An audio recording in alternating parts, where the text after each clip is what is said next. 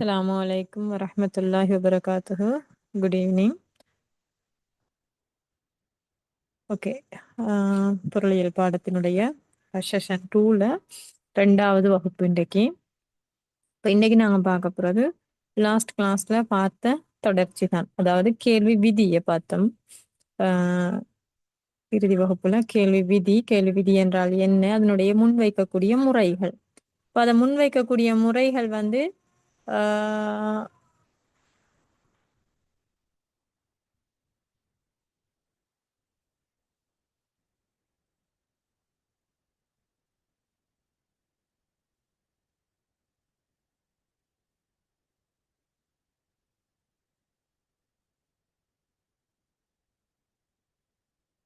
அதை முன்வைக்கக்கூடிய முறைகள் 3 முறைகள் இருக்கு. ஒன்று கேள்வி பட்டியல், அடுத்தது கேள்வி கோடு, அடுத்தது கேள்வி சமன்பாடு.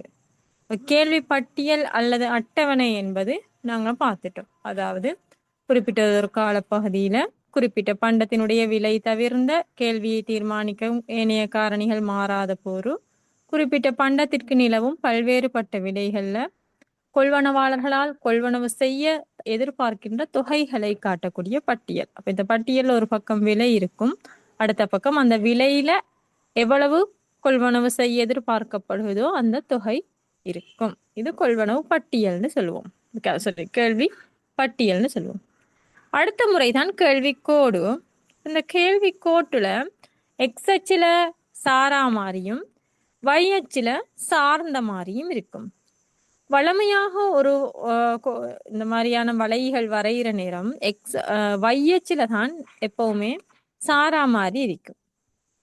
சரியா, எக்ஸ் அச்சுல சார்ந்த மாதிரி இருக்கும். ஆனா கேள்வி கோட்டை பொறுத்த வரைக்கும் இது மாறித்தான் வரும். கேள்வி கோட்டை பொறுத்த வரைக்கும் y அச்சுல சாரா மாதிரியும் எக்ஸ் அச்சுல சார்ந்த மாதிரியும் வரும். அதாவது நாங்க போன கிளாஸ்ல பார்த்தோம், QD சமன்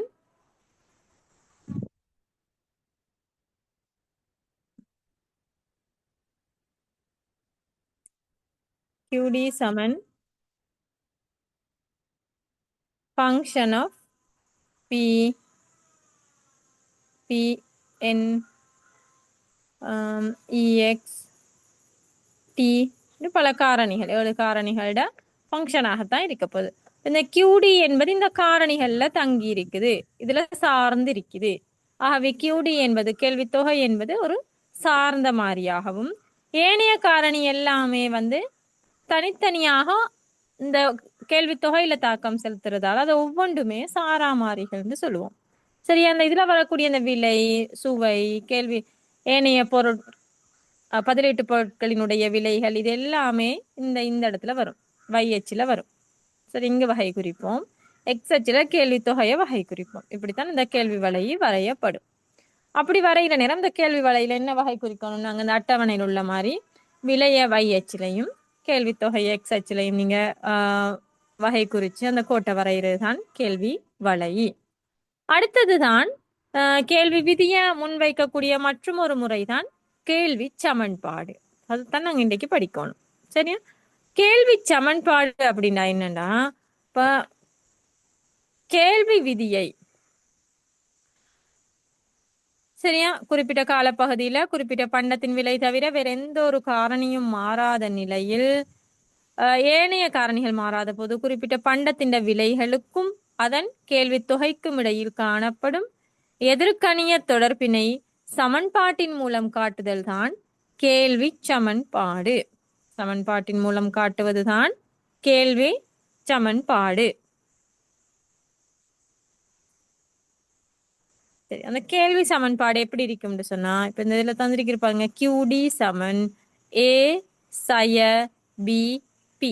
இதுதான் கேள்வி சமன்பாடு. QD சமன் A சய BP. பாருங்க எப்படி போட்டிருக்கிறாங்க, மேலிருந்து கீழ் நோக்கி சரிந்து செல்லும் கேள்வி கோட்டிற்குரிய சமன்பாடு பின்வருமாறு அமையும். மேலிருந்து கீழ் நோக்கி சரிந்து செல்லக்கூடிய ஒரு கேள்வி கோட்டிற்குரிய சமன்பாடு பின்வருமாறு அமையும். இப்படி மேலிருந்து கீழ் நோக்கி சரிந்து செல்லக்கூடிய ஒரு கேள்வி கோட்டிற்குரிய சமன்பாடு என்னவாம், QD சமன் ஏ சய பி பி. சரியா? இதுல QD என்பது என்ன? கேள்வி தொகை, குவான்டிட்டி ஆஃப் டிமாண்ட், கேள்வி தொகை. அது ஒரு சார்ந்த மாறியாக இருக்கும். அதே போல ஏ என்பது என்னன்னு சொன்னா விலை பூச்சியமாகும் போது கேள்வி தொகை, விலை பூச்சியமாகும் போது கேள்வி தொகை. அது எங்க இருக்கும் பாருங்க, இங்க பூஜ்ஜியமா, இது பி, இங்க பிஹெச். இது சரி, இதுல QD இருக்க போகுது. விலை பூஜ்ஜியமாகுதுன்னா இந்த இடத்துலதான் விலை பூஜ்ஜியமாகுது. இந்த இடத்துல விலை பூஜ்ஜியமாகிற நேரம் கேள்வி தொகை, அதாவது எக்ஸ் அச்சில கோடு படுற நேரம் உள்ள தொகை. எக்ஸ் அச்சில தொகை கேள்வி கோடு படுற இடம் இருக்குதே, அதில் உள்ள தொகை விலை பூஜ்ஜியம். விளங்கிச்சாது?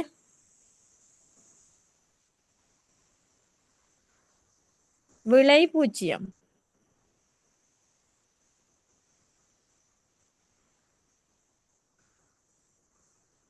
இதுல விலை பூஜ்ஜியமாக இருக்கும்.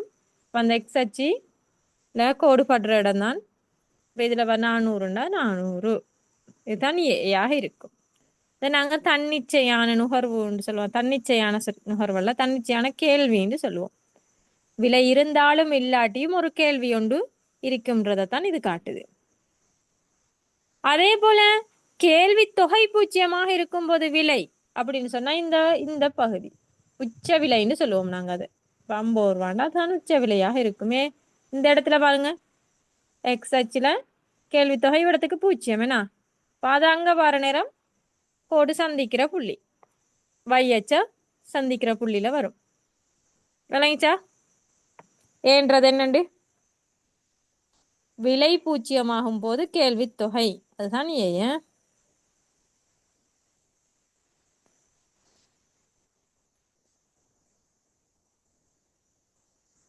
ஓகே, சரி. அடுத்தது கேள்விக்கோட்டின் சரிவினுடைய தலைகீழ் வடிவம் தான் பி. பி என்பது என்னையாம்? இதனுடைய கேள்விக்கோட்டினுடைய தலைகீழ் வடிவம், கேள்விக்கோட்டினுடைய சாய்விட தலைகீழ் வடிவமாக இருக்கும். பி என்பது என்ன? குறித்த பண்டத்தினுடைய விலை. இது சாராமாரியாக இருக்கும். சரி, இது ஒவ்வொன்றையும் நாங்க எப்படி கண்டுபிடிக்கிறது, எப்படி இதை வச்சுக்கொண்டு எப்படி சமன்பாட்டை உருவாக்குறது? இப்ப QD சமன் ஏ செய்ய பிபின்னா அதுக்குரிய எண் கணித பெருமானத்தை எப்படி நாங்க கொண்டு வந்து சமன்பாட்டை தீர்க்கிறது, இதெல்லாம் தான் அடுத்தது பார்க்க போறது. பாருங்க, மேலே உள்ள வரை காட்டப்பட்டுள்ள அட்டவணைக்குரிய, இப்ப முன்னுக்கு நீங்க பாத்தீங்களே, நீங்க பிரிண்ட் எடுத்து வச்சிருந்தா அந்த அட்டவணையை கொஞ்சம் பாருங்க. அந்த அட்டவணைக்குரிய கேள்வி சமன்பாடு தான் கீழே காட்டப்பட்டுள்ளதாம். எந்த அட்டவணைக்குரிய? இந்த அட்டவணைக்குரிய கேள்வி சமன்பாடு. இந்த அட்டவணைக்குரிய கேள்வி சமன்பாடு தான் அங்க காட்டியிருக்குது. பாருங்க, 10 ரூபா விலையில 400, 30 ரூபா விலையில 200 பொருள், 50 ரூபாய் விலையில பூச்சிய பொருள். சரி, இந்த அட்டவணைக்கு தான் அங்க கேள்வி சமன்பாடு.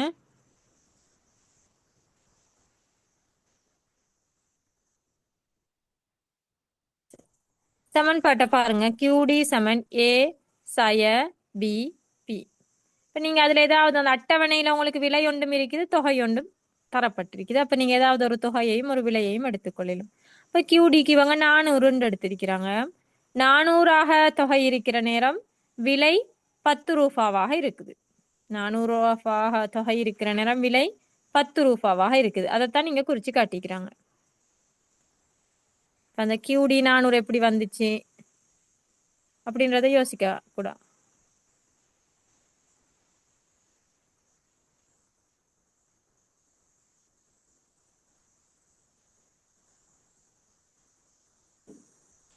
QD 400 எப்படி வந்துச்சு? அட்டவணையில இருந்து இருந்த அட்டவணையில பாருங்க, விலை 10 ரூபாவாக இருக்கும்போது தொகை 400ஆக இருக்குது. அதைத்தான் நீங்க அப்படியே போட்டிருக்கிறாங்க. சரி, அதுல நாங்க கண்டுபிடிக்கணும் இன்னொரு விஷயம் என்ன, பி. பி என்பது என்ன? சரிவு. சரிவை கண்டுபிடிக்கிறதுக்கான சமன்பாடு என்னண்டா டெல்டா QDயின் கீழ் டெல்டா பி. டெல்டா QDயின் கீழ் டெல்டா பி.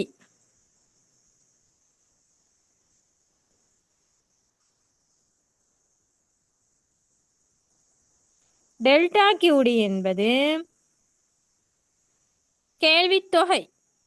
கேள்வித்தொகை இது 1வது கேள்வித்தொகை. இது 1, இது 2, இது 3, இது 4, இது 5, இது 6. சரியா? 6 கேள்வித்தொகை இருக்கு. அதே போல இது 1வது விலை, இது 2வது விலை, இது 3வது விலை, இது 4வது விலை, இது 5வது விலை, இது 6வது விலை. 6 விலைகளுக்கு 6 கேள்வித்தொகை இருக்குது. நாங்க டெல்டாவை பார்த்தோம். நாங்க எப்படி பார்க்கணும்னா கேள்வி தொகையில ஏற்படக்கூடிய மாற்றம் என்பது என்னன்னு சொன்னா 2வதுல இருந்து QD2ல இருந்து QD1 கழிக்கணும். அப்படி நீங்க 2ல இருந்து 1 கழிச்சீங்கடா P2ல இருந்து P1 கழிக்கணும். கழிச்சு அதால பிரைஸால நீங்க வரக்கூடிய பிரைஸால டிவைட் பண்ணணும். அந்த மாற்றத்தை டிவைட் பண்ணணும். இதுதான் இந்த டின்னு சொல்லுவோம், சரிவுன்னு சொல்லுவோம். சரியா? இப்போ 2ல இருந்து தான் 1 கழிக்கணுமா, A3ல இருந்து 2 கழிக்கலாதுன்னா கழிக்கலும். அப்படி எந்த ஒரு பிரச்சனையும் இல்லை. பின்னால இருந்து முன்னால கழிச்சோணும். அதுதான் விஷயம். QD3ல இருந்து நீங்க கழிக்கிறதா இருந்தால் QD2 கழிச்சோணும். P3ல இருந்து P2 கழிக்கணும். அல்லது QD4ல இருந்து கழிக்க போறீங்கன்னா QD4ல இருந்து QD3 கழிக்கணும். P4ல இருந்து P3 கழிக்கணும். சரியா? அல்லது QD5ல இருந்து P4 கழிக்கணும். P5ல இருந்து P4 கழிக்கணும். இது விளங்கிச்சா உங்களுக்கு? டியை கண்டுபிடிக்கிறது எப்படி? டெல்டான்றது மாற்றம், கேள்வி தொகையில ஏற்படக்கூடிய மாற்றம். மாற்றத்தை கண்டுபிடிக்கணும்டா மாற்றத்தை தானே கண்டுபிடிக்கணும். முதலாவது 500ஆக இருந்து 400ஆக அடுத்த புள்ளியில மாறுது. அப்படித்தானே? 500ல இருந்து 400ஆக மாறுதுன்னா எவ்வளவு மாறி இருக்கு? 100 அலகு குறைஞ்சிருக்குது. 100 அலகு குறைஞ்சிருக்குது. அதுதானே மாறி இருக்குது. இங்க பாருங்க QD 5ன்னு போட்டிருக்கிறோம். நாங்க 5வது என்ன இருக்கீங்க? 100. 100ல இருந்து QD4 எத்தனை? 200. 100ல இருந்து 200 கழிச்சிங்கன்னா எவ்வளவு வரும்? -100 வரும். -100 வரும். அதன் கீழ் விலை 5வது விலை எவ்வளவு? 40. 40ல இருந்து 30 கழிச்சிங்கன்னா 10.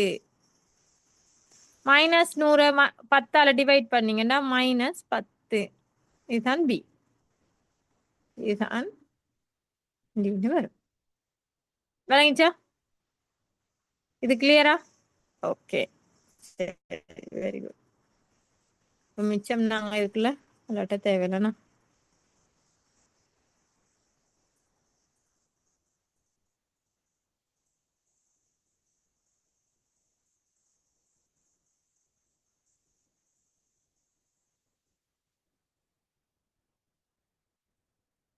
சரி, அப்ப அப்படித்தான் இந்த பிஏ கண்டுபிடிச்சிருக்கிறாங்களே. QD சமன் ஏ செய்ய பிபியில பி டெல்டா QDயின் கீழ் டெல்டா பி. அப்ப டெல்டா QD எப்படி கண்டுபிடிக்கிறன்றது தெரியும், டெல்டா பி எப்படி கண்டுபிடிக்கிறன்றது தெரியும். -100ன் கீழ் 10, ஆன்சர் -10. இப்ப எங்களுக்கு QD தெரியும், பிஏ கண்டுபிடிச்சிட்டோம், பியும் தெரியும். சரியா? QDயும் பியும் அட்டவணையில தரப்பட்டிருக்குது, பிஏ கண்டுபிடிச்சிருக்கிறோம். சரி, இப்ப இது எல்லாத்தையும் நாங்க சமன்பாட்டுல பிரதியிடுவோம். சமன்பாட்டுல பிரதியிட்டா எங்களுக்கு என்ன கிடைக்கும்? ஏயை கண்டுபிடிக்கலும். அப்படித்தானே? தன்னிச்சையான நுகர்வு அல்லது விலை பூச்சியமாக உள்ள போது தன்னிச்சையான நுகர்வு அல்ல, தன்னிச்சையான கேள்வித்தொகை. விலை பூச்சியமாக உள்ள போது கேள்வித்தொகை இதை கண்டுபிடிக்கலாம். பாருங்க, QD சமன் ஏ சய பிபி. QDக்கு பதிலாக 400 பிரதியிடுறாங்க, ஏ தெரியாது, -10. இப்ப இங்க நீங்க ஒரு விஷயத்தை கவனிக்கணும், நாங்க பியை கண்டுபிடிச்சோம் -10. சரியா? சமன்பாடு இருக்கு QD சமன் ஏ சய பிபி. இங்க சய இருக்குது என்ன? பிக்கு கண்டுபிடிச்சிக்கிறோம் -10 அப்படின்னா இதுலயே வந்தா மைனஸ் இன்டு மைனஸ் பிளஸ் 10 மாறுமா? விளங்குதா? ஏ பிளஸ் 10 வருமா? அப்படி வராது. அப்படி வராது. ஏ வராதுன்னு சொன்னா அதுதான் மெட்ஸ். சரியா? இங்க அது ஏ வராதுண்டா இங்க அந்த நாங்க மைனஸ் பீண்டு இருக்குதே அதைத்தான் நாங்க அங்க -10ன்னு கண்டுபிடிச்சிருக்கிறோம். சரிவு எப்பவுமே மைனஸ்ல தான் வரும். கேள்விக்கோட்டினுடைய சரிவு மைனஸ்ல தான் வரும்ன்றதால தான் சமன்பாட்டிலேயே அந்த மைனஸை தந்திருக்கிறாங்க. இப்ப நீங்க கண்டுபிடிக்கிறது எப்பயுமே மைனஸ்ல தான் வரும். அதனால நீங்க அந்த மைனஸ் இன்டு மைனஸ் பிளஸ் போட்டு போட தேவையில்லை. டிரெக்டா நீங்க -10 போட்டீங்கடா சரி. விளங்கிச்சா உங்களுக்கு? சரிவினுடைய தலைகீழ் வடிவம் தான் மைனஸ்ன்னு வந்திருக்குது. சரியா? அது கிளியரா? ஓகே. இப்போ -10 அப்படியே போட்டிருக்கிறோம். இன்டு அதாவது பிக்கும் பிக்கும் இடையில தர அடையாளம் இருக்கேன். பிபி வந்து பெருக்கப்பட்டு கொண்டு இருக்குது. அப்ப தர அடையாளம் இருக்குது. அப்ப தர விலை எவ்வளவு? 10. 10 போட்டிருக்கோம். பாருங்க 400 சமன் ஏ மைனஸ் 10 தர 10 100. சரியா? இப்ப ஏ நாங்க சமன்பாட்டுக்கு அங்கால வச்சுக்கொண்டு -100 சமன்பாட்டுக்கு முன்னு கொண்டு போனோம்டா 400ஓட -100 பிளஸ் ஆக மாறும். மைனஸ் சமன்பாட்டுக்கு முன்னால போற நேரம் பிளஸ் ஆக மாறும். ஓகே. 400ஓட பிளஸ் 100 கூற்றப்படுற நேரம் ஏ 500ஆக மாறும். ஏ 500. ஆகவே ஏ 500 பி 10 என்பதை நாங்க ஒரு கேள்வி சமன்பாட்டுல பிரதியிட்டோம்டா கியூடி சமன் 500 செய்ய 10 பி என்பது சமன்பாடு கிடைக்கும். அப்ப மேல அந்த கோட்ல அட்டவணையில வரையப்பட்டிருக்கிற அட்டவணையில தரப்பட்டிருக்கிறதுக்கு மாதிரி வரையப்பட்ட அந்த கேள்வி வலையினுடைய சமன்பாடு என்னன்னு கேட்டா கியூடி சமன் 500 செய்ய 10 பி. சரியா? இப்ப இந்த சமன்பாட்டை வச்சுக்கொண்டு அதுல ஒவ்வொரு புள்ளியையும் எங்களுக்கு கண்டுபிடிக்கணும். கியூடி சமன் 500 செய்ய 10 பி தான் சமன்பாடு.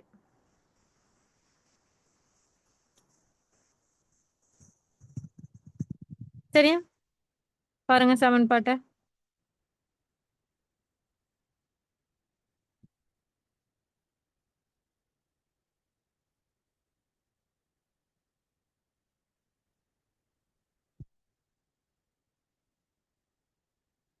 சமன்பாடு விளங்குதா? கியூடி சமன் 500 செய்ய 10 பி. இதுதான் இந்த கேள்விக்கோட்டினுடைய சமன்பாடு. இப்ப எங்களுக்கு இதை வச்சுக்கொண்டு எங்களுக்கு என்ன வேலை தந்தாலும் கேள்வி தொகையை கண்டுபிடிக்கலும்.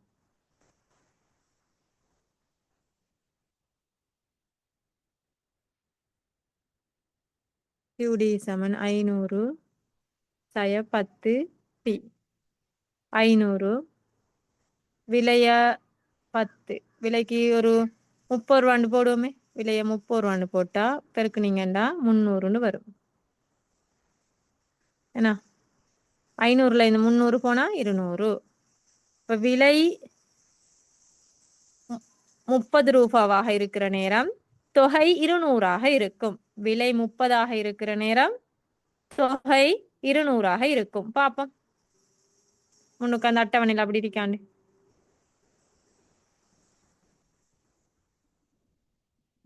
விலை 30ஆக இருக்கிற நேரம் தொகை 300ஆக இருக்குதா? இந்த 300 200 சரியா இருக்குதானே? விலை 30ஆக இருக்கும் போது தொகை 200.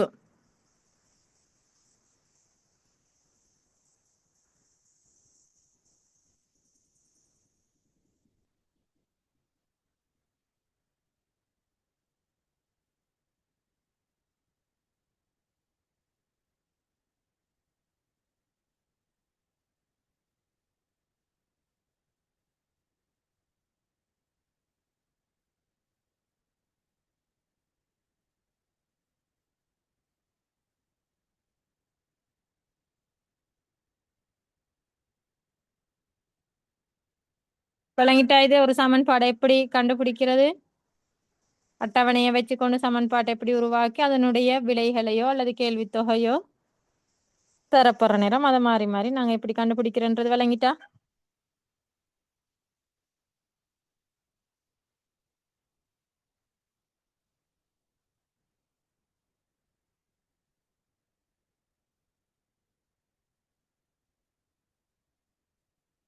ஓகே.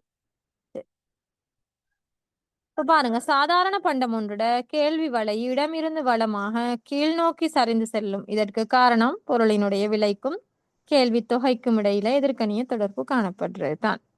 சரியா? இப்ப இந்த அது உங்களுக்கு விளங்கியிருக்குன்னு இருக்கிறேன். ஒரு சாதாரண பண்டத்தினுடைய கேள்விக்கோடு மேலிருந்து கீழாக சரிஞ்சு போடுறதுக்கு காரணம் விலைக்கும் கேள்வி தொகைக்கும் இடையே எதிர்க்கணிய தொடர்பு. அதாவது விலை அதிகரித்தால் தொகை குறைவடையும், விலை குறைவடைந்தால் தொகை அதிகரிக்கும். கேள்வி விதி தொழிற்படுவதற்கு காரணம் விலை விளைவு. இந்த கேள்வி விதி தொழிற்படுறதுக்கு காரணம் என்னன்னு கேட்டா விலை விளைவு தான் காரணம். இதுல கேள்வி வாருது. பொதுவாக இந்த பகுதியில கேள்வி வரக்கூடிய ஒரு பகுதிய இந்த பதிலீட்டு விளைவும் வருமான விளைவும் இப்ப படிக்க போறது நாங்க. இப்போ ஒரு கேள்வி விதி தொழிற்படணும்டா, கேள்வி விதிண்டா என்ன? விலைக்கும் கேள்வி தொகைக்கும் இடையே எதிர்க்கணிய தொடர்பு காணப்படுகிறது. இதுதான் கேள்வி விதி. இந்த கேள்வி விதி தொழிற்படுவதற்கான காரணம் விலை விளைவு. அதுக்கான காரணம் என்ன? விலையால ஏற்படக்கூடிய எஃபெக்ட், பிரைஸ் எஃபெக்ட்னு சொல்லுவோம். சரியா? அந்த எஃபெக்ட் தான் காரணம். அந்த விலை விளைவு ரெண்டு வகைப்படும். ஒன்று விலை மாற்றத்தால் ஏற்படக்கூடிய பதிலீட்டு விளைவு, இன்னொன்று விலை மாற்றத்தால் ஏற்படக்கூடிய வருமான விளைவு. விலை மாற்றத்தால் ஏற்படக்கூடிய பதிலீட்டு விளைவு, விலை மாற்றத்தால் ஏற்படக்கூடிய வருமான விளைவு. சரி, எல்லா சொற்களுமே தெரிஞ்ச சொற்கள் தான். இப்ப இதுல விளங்காது அப்படின்னு சொல்றதுக்கு பயப்பட வேண்டிய ஒரு அவசியம் இல்லை. தெரிஞ்ச சொற்கள். பதிலீடுன்னா நான் உங்களுக்கு சொல்லி தந்திருக்கேன். ஒன்றுக்கு ஒன்றை பதிலீடு செய்யறேன், நாங்க பிரதியீடு செய்யறேன்னு. சரி, இப்ப பாருங்க.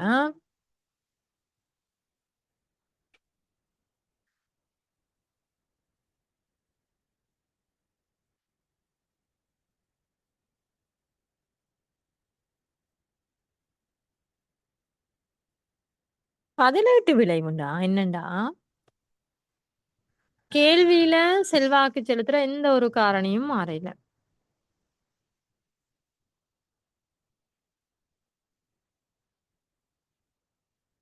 சரியா? கேள்வியில செல்வாக்கு செலுத்துற எந்த ஒரு காரணியும் மாறாத நிலையில குறிப்பிட்ட பண்டம் ஒன்றோட விலை அதிகரிக்குது. இப்ப நீங்க சீனின்னு எடுங்களே. சீனின்ற ஒரு பொருளை எடுத்திருக்கீங்க. அந்த குறிப்பிட்ட பண்டம்ன்றது சீனின்னு நினைச்சுக்கொள்ளுங்க. இப்ப சீனி எடுத்தீங்கன்னா அதோட விலை கூடுது. சீனிட விலை கூடுது. விலை மாற்றம் ஒன்றின் பதிலீட்டு விளைவு தானே. இப்ப சீனிட விலைها மாற்றம் அடையுது. சீனிட விலை கூடுது அல்லது குறையுது.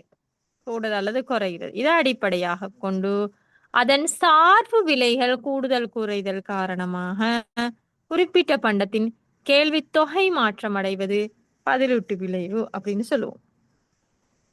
இப்ப சீனிட விலை கூடிட்டு, சீனிட விலை கூடிட்டு, சீனிட விலை கூடுனதால சீனிக்கு பதிலாக நாங்க எதை பயன்படுத்துவோம்? சர்க்கரையை தானே. சர்க்கரையை பயன்படுத்துறோம். சரியா?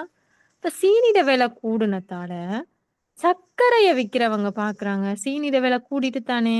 அப்ப மக்கள் சீனிய கொள்வனவு செய்வதை குறைப்பாங்க. ஏன்னா குறைப்பாங்க. அப்ப நாங்க என்ன செய்வோம்?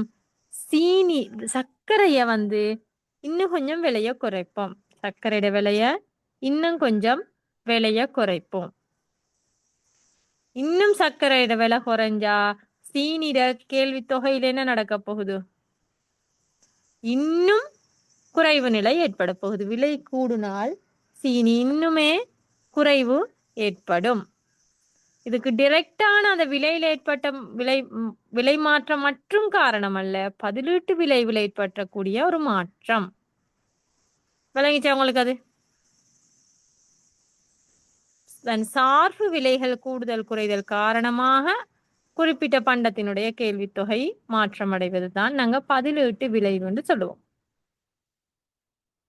சரியா?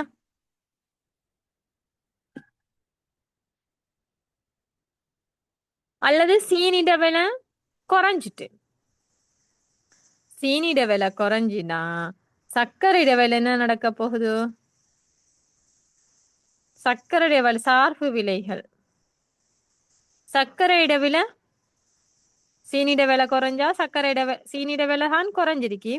இதனால பாக்குறாங்க சீனிட விலை குறைஞ்சதால சர்க்கரைட விலை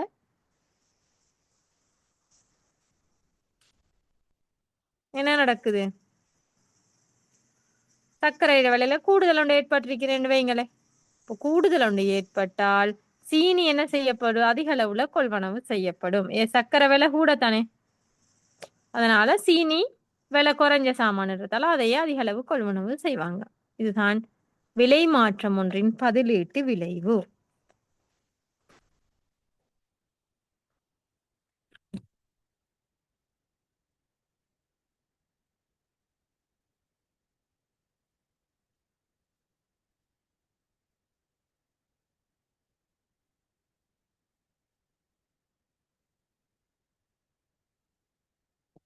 சரியா?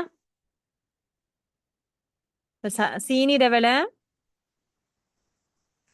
குறைஞ்சிச்சுண்டா சர்க்கரையை கொள்வனவு செய்யறவங்க அதை வாங்காம விட்டுட்டு சீனி அதிக அளவுல கொள்வனவு செய்வாங்க.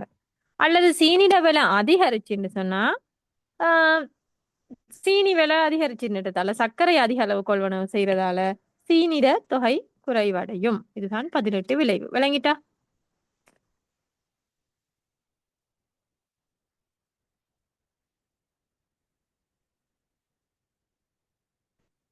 அடுத்த பொருள்ல விலையில எந்த மாற்றமும் வரையில குறித்த பண்டத்தினுடைய பொருளாக விலை மாற்றம் ஏற்படுது. சீனிட விலையில தான் மாற்றம் ஏற்படுது.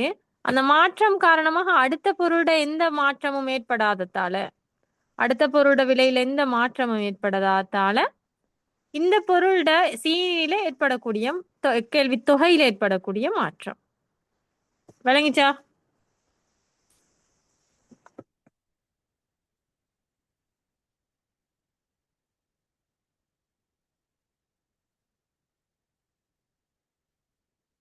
கிளியர் இல்லாட்டி சொல்லுங்க.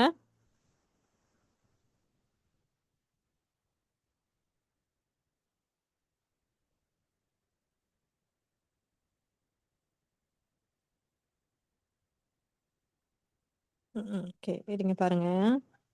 விலை மாற்றம் உடன் பதிலீட்டு விளைவு சீனிக்கு நாங்க எக்ஸ்ன்னு சொல்லுவோம். சீனிட பேரை எக்ஸ்ன்னு வச்சுக்கொள்ளுவோம். சரியா? இப்ப பிஎக்ஸ்ன்றது என்ன? எக்ஸ் பொருளினுடைய விலை, அதாவது சீனிட விலை. சரி, இப்ப சீனிட விலை என்ன செய்யுதுண்டா கூடுது. சீனிட விலை என்ன செய்யுது? கூடுது. சரி, சீனிட விலை கூடுனத்தால கியூடி வை என்றது சர்க்கரை. வை என்றது சர்க்கரை. சீனிட விலை கூடுனத்தால சர்க்கரைட கேள்வி தொகை என்ன செய்ய போகுது? கூடும். சர்க்கரைட கேள்வி தொகை கூடும் தானே, சீனிட விலை கூட. சீனியை நாங்க கொள்வனவு செய்யாம சர்க்கரைக்கு மாறிடுவோம். சர்க்கரை அதிகமாக கொள்வனவு செய்வோம். அப்ப சர்க்கரைட கேள்வி தொகை வந்து என்ன நடக்கும்? கூடிடும். அது விளங்குதா?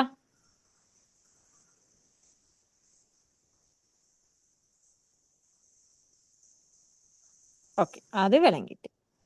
இந்த சர்க்கரைட கேள்வி தொகை கூடுனத்தால மக்கள் சீனிட கேள்வி தொகை என்ன நடக்க போது? குறைப்பாங்க.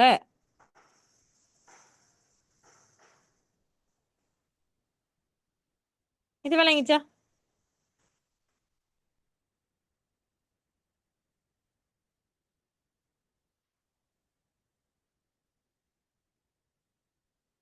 ஓகே, இதுதான் விஷயம். இப்படித்தான் 18 விளைவு.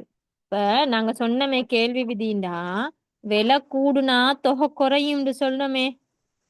அது ஏன் அது ஏன் தொகை குறையணும்? ஏன் விலை கூடுனா மக்கள் கூடவே வாங்கலுமே. இப்ப நமக்கு அது அந்த மைண்ட் செட்ல நமக்கு தெரியும் விலை கூடுனா நம்ம குறையத்தான் வாங்குவோம். ஏன் குறைய வாங்கணும்? ஏன்? அதுக்கான காரணம் என்ன அப்படின்னு நீங்க உள்ளால போய் பாத்தீங்கன்னா அதுக்குரிய காரணம் இதுதான். முதலாவது காரணம், பொருள்ட விலை கூடிச்சுண்டா அதோட பதிலீடாக இருக்கக்கூடிய பொருளுக்கு மக்கள் போயிருவாங்க. அதனோடு பதிலீடாக இருக்கக்கூடிய பொருளுக்கு மக்கள் போயிட்டாங்கண்டா இந்த பொருளை கொள்வனவு செய்யறத குறைச்சிருவாங்க. அதாலதான் விலை கூடுனாலும் கொள்வனவு செய்யற தொகை குறையுது.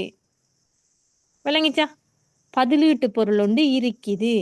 அந்த பதிலீட்டு பொருள் பக்கம் மக்கள் போயிட்டாங்கண்டா குறித்த பொருளோட விலை கூடிச்சுண்டா மக்கள் கொள்வனவை குறைச்சிருவாங்க. இதுதான் காரணம். இது முதலாவது காரணம். இது பதிலீட்டு விளைவு. சரியா? அப்ப அந்த விலை கூடுனா தொகை குறையறதுக்கு முதலாவது காரணம் பதிலீட்டு விளைவு. இந்த விளைவு தான். இந்த பதிலீடே இல்லாத ஒரு பொருள் இருந்தா, பதிலீடே இல்லை என்ற ஒரு பொருள் இருந்தா அந்த பொருளோட விலை கூடுனா தொகை குறையுமா? அந்த பொருளோட விலை கூடுனா தொகை குறையுமா? ஒரு பொருளுக்கு பதிலீடே இல்லை. நோ. அப்படியான ஒரு பொருள் என்னன்னு சொல்லுங்க அப்போ. நம்ம பயன்படுத்தக்கூடிய ஒரு பொருள். அப்படியான ஒரு பொருள் விலை கூடுனாலும் பதிலீடே இல்லாததன் காரணமாக தொகை குறையாது. தொகை கூட்டிக் கொண்டுதான் போகும். அப்படியான ஒரு பொருள் என்ன?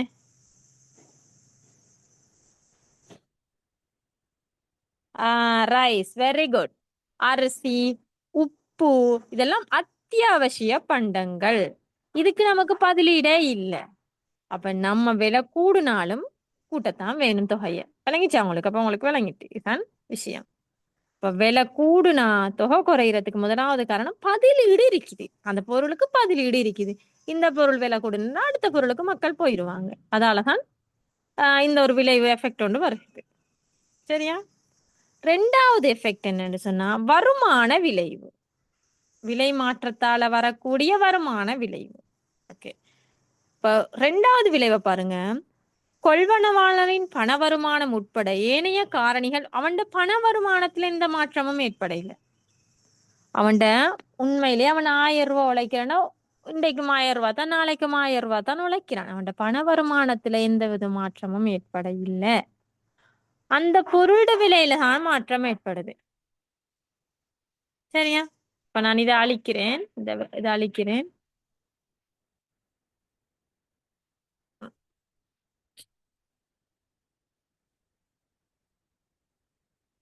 அது இருக்கு. இங்க மாத்துவோம். இப்ப பண வருமானத்துல மெய் வருமானத்துல எந்த ஒரு மாற்றமும் உனக்கு ஏற்படுதில்லை. சரி.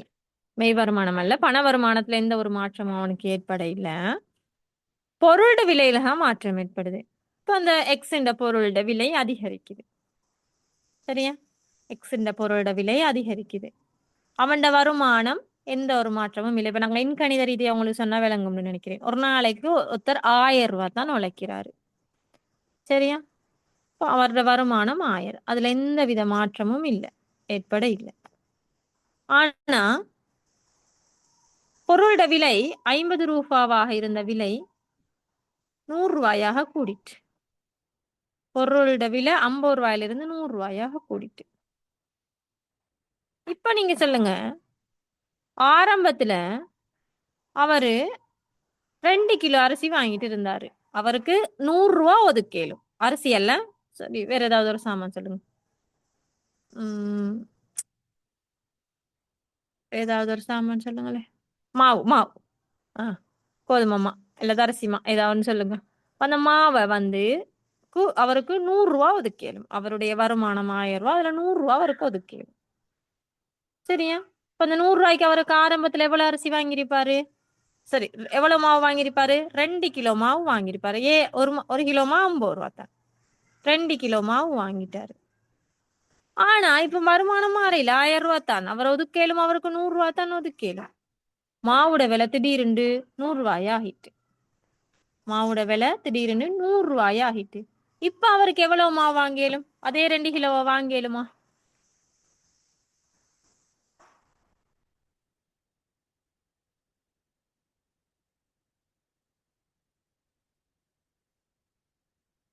வாங்கலுமா? ஏலாது. வாங்க இயலாது. இப்போ 1 கிலோ தான் வாங்கலும். அப்ப குறிப்பிட்ட பொருளினுடைய விலை அதிகரிக்குது. விலை அதிகரிக்கிறதால அவருடைய மெய் வருமானத்துக்கு என்ன நடக்குது? குறைவடையுது. அவருடைய மெய் வருமானம் குறைவடையுது. பண வருமானத்துல மாற்றம் இல்லை.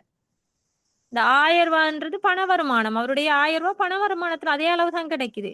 ஆனா உண்மையிலேயே அவர் ஒதுக்குன அந்த மெய் வருமானம், கொள்வனவு சக்தி குறைவடையுது அவருக்கு.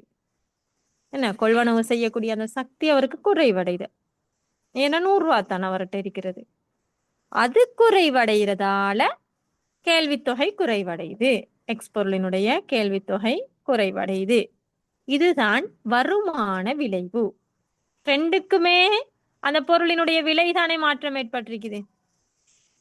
ரெண்டு விளையும் பொருளினுடைய விலைதான் மாற்றம் ஏற்பட்டுச்சு.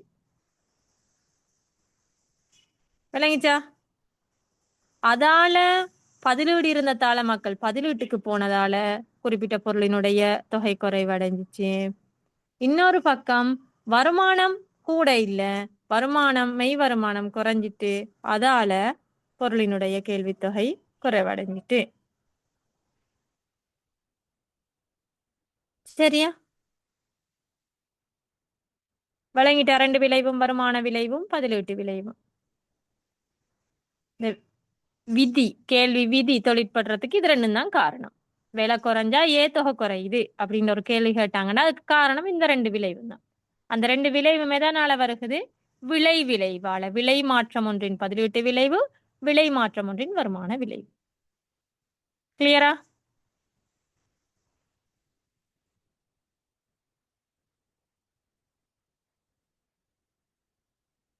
ஓகே.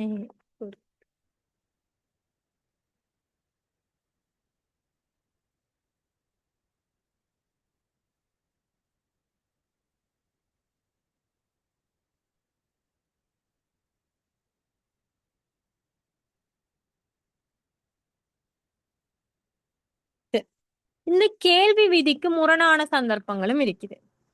கேள்வி விதி நான் என்னன்னு சொன்னேன்? விலை கூடினால் தொகை குறையும். விலை கூடினால்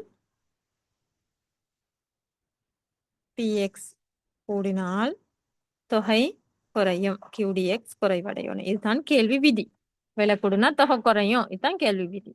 இதுக்கு முரணான சந்தர்ப்பங்கள் இருக்குதாம். அதுதான் கிஃபன் பண்டம், காட்சி பண்டம். இப்ப கிஃபன் பண்டம்ன்றது அத்தியாவசிய பண்டங்கள்னு சொல்லுவோம். நாங்க இழிவு பண்டங்கள்னு சொல்லுவோம். அதாவது நீங்க சொன்னீங்க இப்போ நம்ம நாட்டை பொறுத்த வரைக்கும் அரிசி, மேற்கத்திய நாடுகள்ல சொல்லுவாங்க அவங்க பிரெட்ன்னு சொல்லுவாங்க, பான் அவங்களோட அத்தியாவசிய பண்டமாக இருந்துச்சு அந்த நேரங்கள்ல. சோ அந்த மாதிரியான பொருட்கள் கிஃபன் பண்டங்கள். விலை கூடுனாலும் தொகை குறையாது. ஏன்னா அங்க எந்த வருமான பதிலீடுகளையுமே இல்ல, வருமான விளைவும் அங்க தாக்கம் செலுத்த போறது இல்லை. சரியா? பதிலீட்டு விளைவும் தாக்கம் செலுத்தாது, வருமான விளைவும் தாக்கம் செலுத்தாதுன்ற ரீதியில வார நேரம் அது அத்தியாவசிய பண்டம், அது கிஃபன் பண்டமாக இருக்கும். இது இழிவு பண்டங்களாக இருக்கிறதால கட்டாயம் வாங்கத்தான் வேணும். அப்ப அது ஒரு விதிக்கு முரணானதாகத்தான் இருக்கும். விலை கூடுனாலும் தொகை கூடும் என்ற விதிக்குள்ள வரும் கிஃபன் பண்டம். ரெண்டாவது காட்சி பண்டம். அதை நாங்க சொல்லுவாங்க வெப்லன் பண்டம்னு சொல்லுவாங்க, அல்லது காட்சி பண்டம். வெப்லன் பண்டம்டுவாங்க இதுக்கு. வெப்லன் பண்டம், வெப்லென் எழுதிக்கொள்ளுங்க, அதுல விலங்காட்டி எழுதிக்கொள்ளுங்க. காட்சி பண்டத்துக்கு இன்னொரு பேர் தான் வெப்லன் பண்டம். அது இங்கிலீஷ் சொல்லொன்னு தான். அவங்களுக்கு சில நேரம் வெப்லன் பண்டம் தந்தாலும் அந்த காட்சி பண்டம் தான். கிஃபன் கிஃபன் பண்டம், கிஃபன் பண்டம் ஒரு இழிவு பண்டமாக இருக்கும். ஒரு இழிவு பண்டம். கிஃபன் பண்டம் ஒரு இழிவு பண்டமாக இருக்குமே.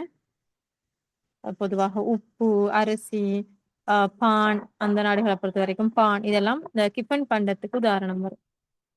காட்சி பண்டம், வெப்லன் பண்டம், அதாவது காட்சி பண்டம்னா இப்ப ஒரு ஆடம்பர கார், ஆடம்பர வாட்ச் அல்லது ஒரு தங்க நகை, இதெல்லாம் ஒரு காட்சிக்காக, ஒரு ஆடம்பரத்துக்காக, ஒரு மரியாதைக்காக, ஒரு அந்தஸ்துக்காக பயன்படுத்தக்கூடிய பொருட்கள்.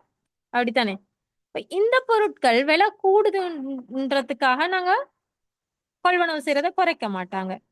அந்த பண்டம் எவ்வளவு விலை கூட கூட போகுதோ அந்த அளவுக்கு நாங்க கொள்வனவு செய்யறோமோ அதுலதான் அந்த ஆடம்பரம் விளங்கும், அதுலதான் அந்த காட்சி, அதுலதான் அந்த பெருமைத்தன்மை இருக்கும் என்ற அடிப்படையில தான் அந்த பொருட்கள் கொள்வனவு செய்யப்படும். இப்போ ஒரு BMW கார் ஒருத்தர் வச்சிருந்தாருன்னு சொன்னா அது எவ்வளவு விலை கொடுத்தாலும் அதை வாங்குவாங்க. ஏன்னா அல்லது ஒரு ஸ்மார்ட் வாட்ச் அல்லது ஆப்பிள் ஃபோன், ஐஃபோன், அது மாதிரி நிறைய இருக்கு தானே, ஐ கிளாஸ், இதெல்லாம் வெப் லேர்ன் பண்றாங்க, இதெல்லாம் காட்சி பண்றாங்க. அல்லது ஒரு பெரிய தங்க நகை ஒன்று வாங்குறது ஒரு ஒரு பெண்ணை பொறுத்த வரைக்கும் அவக்கு அது ஒரு பெரிய ஒரு ஆடம்பரமாக இருக்கும். அல்லது ஒரு வைரங்கள் முத்துக்கள் பதித்த ஒரு பர்ஸ், இதெல்லாம் காட்சி பண்றாங்க. இது எவ்வளவு விலை கூடினாலும் அதை எங்களுடைய ஒரு ஆடம்பரத்தை நாங்க காட்டணும்ன்றதுக்காக கொள்வனவு செய்வாங்க. இது ரெண்டுமே கேள்வி விதிக்கு முரணான சந்தர்ப்பங்கள். இந்த ரெண்டு பொருட்களையும் கொள்வனவு செய்யறது கேள்வி விதிக்கு முரணான சந்தர்ப்பங்களாக இருக்கும். இது விளங்கிட்டா?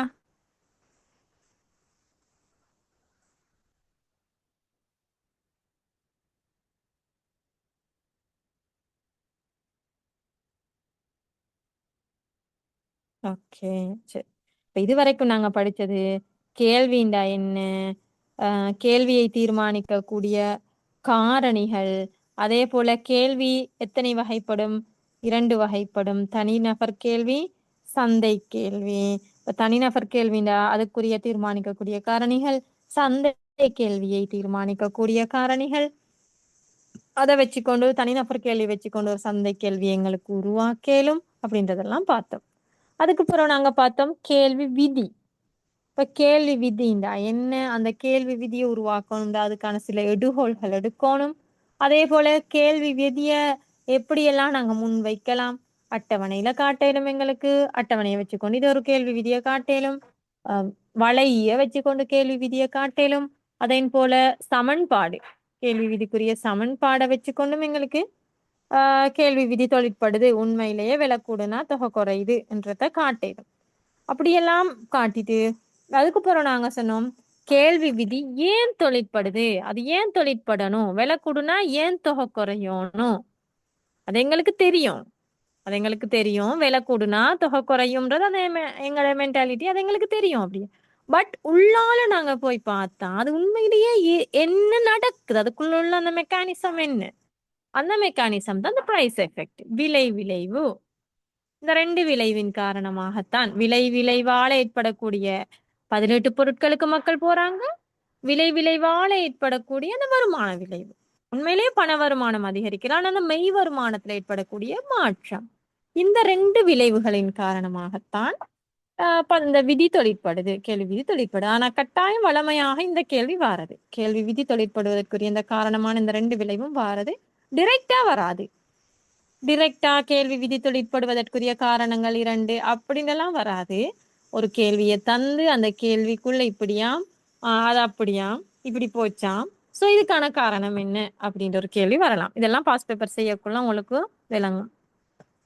சரியா? சாப்டர் 1க்குரிய பாஸ் பேப்பர் ஸ்ட்ரக்சர் கேள்வியும் எங்களுக்கு செஞ்சு படல. இன்ஷால்லா நாங்க இந்த கிளாஸ்ல இந்த செஷன்லயாலும் சாப்டர் 1க்குரிய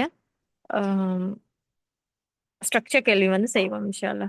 MCQ மட்டும்தான் செஞ்சு பட்டுச்சு. அதுக்குரிய பேப்பர் உங்களுக்கு நான் போடல தானே.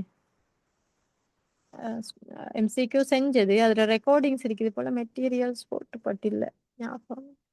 ஓகே, நான் அதுல மெட்டீரியல்ஸை போட்டு விடுறேன். ஸ்ட்ரக்சர் கேள்வியையும் கேள்வியையும் ஆன்சரையும் போட்டு விடுறேன். ஓகே, போடுறேன், நான் போட்டு விடுறேன். அப்போ உங்களுக்கு அதை செஞ்சு பார்க்கலும் இன்ஷா அல்லாஹ்.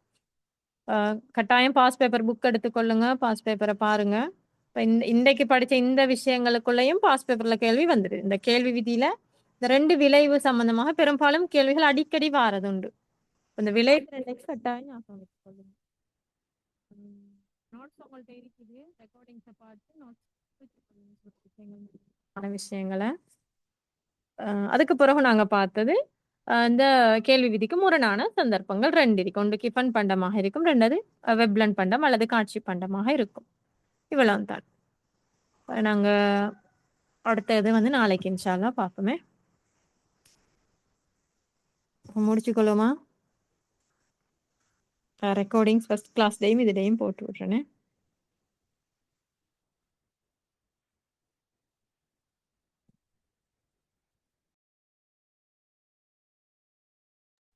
சரி, அப்போ முடிச்சுக்கொள்ளுமே.